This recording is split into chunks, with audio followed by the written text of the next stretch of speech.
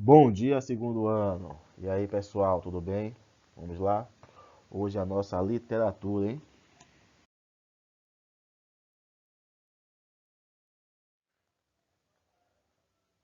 Nosso conteúdo para hoje é realismo, contexto histórico, origens e características, na página 62 do módulo de vocês. Essa é a parte um do nosso conteúdo, tá bom? Vou dividir em duas etapas para que possamos ter um entendimento maior. Introdução, vamos entender um pouco esse momento. O que acontece, pessoal, é que ocorre uma mudança de pensamento.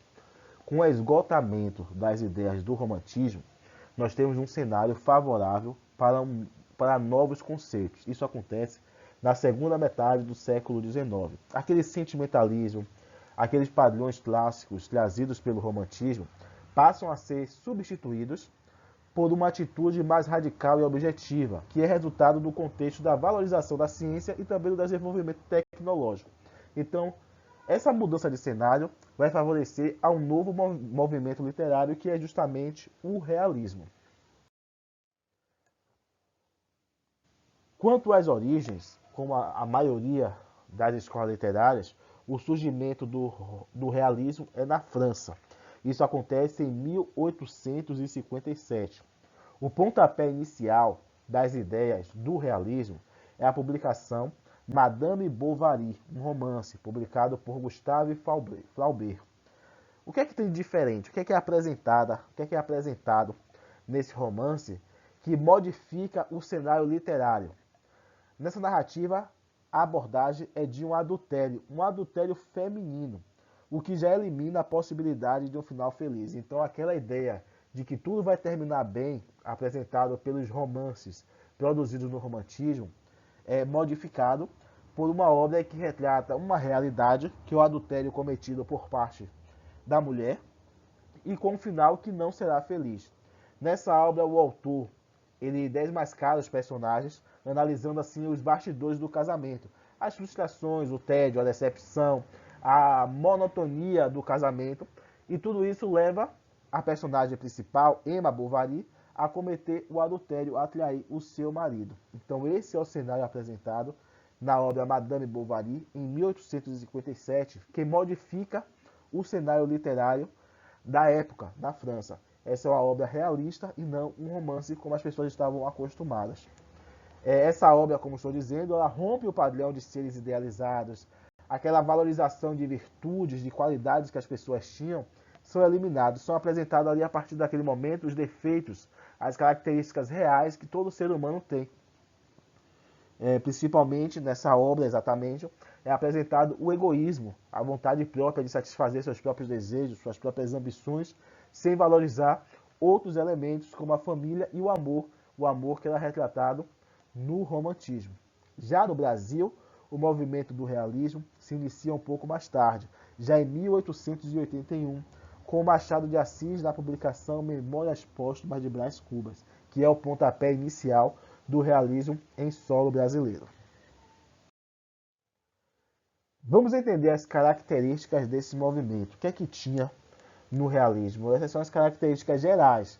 Quer dizer, cada país, cada autor pode ter seu desenvolvimento específico, mas essas são as características gerais do realismo, certo? No realismo nós temos a aproximação entre a arte e a ciência. Os autores eles começam a desenvolver as suas obras como se estivessem fazendo um experimento científico. Tem a etapa da observação, a etapa de relatar o que foi observado, fazer as experiências. Então, dessa forma, nós temos uma conduta parecida com a de um cientista na produção da sua obra. Os autores também eles desenvolvem, através de suas obras, as teorias do determinismo e do positivismo, inseridos assim em sua obra literária, em que o personagem, se ele nasce pobre, ele está determinado a sofrer todos os problemas destinados à pobreza, sem poder modificar o seu cenário. Temos também a análise crítica da sociedade, em que o autor procura retratar a sociedade sem idealizações. Então essa análise é feita de uma forma diferente, né? Uma forma real, daí é que vem o realismo, mostrando assim a conduta do ser humano, como os seus vícios, os seus defeitos, as traições, as ambições, de uma forma bem real. Essa análise da sociedade é uma análise bem crítica e real, conforme o ser humano de fato se desenvolve. Essa obra tem o objetivismo. A obra do realismo ela é objetiva. O texto é imparcial. Para fazer uma análise crítica, o autor precisa ser imparcial. Ele não pode se envolver. Por isso nós temos aqui as condutas, as características, o objetivismo e também a preferência por narrativas em terceira pessoa.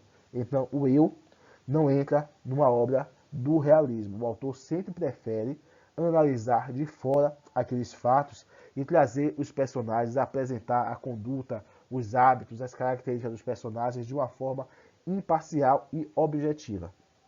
Além disso, nós temos também o detalhismo e o descritivismo. A obra do realismo é rica em detalhes.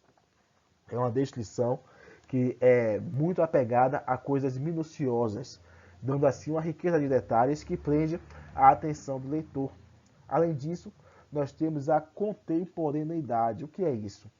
As temáticas, as situações que são apresentadas em uma obra realista e também os personagens são muito semelhantes com o que acontecia na época. Então a pessoa que estava lendo aquela obra, ela estava tendo contato com características, com descrições semelhantes ao seu dia a dia, coisas que ela presenciou, participou ou ficou sabendo e estavam sendo retratadas naquelas publicações do realismo. Então a pessoa se identificava ou não com aquela publicação, com aquela obra.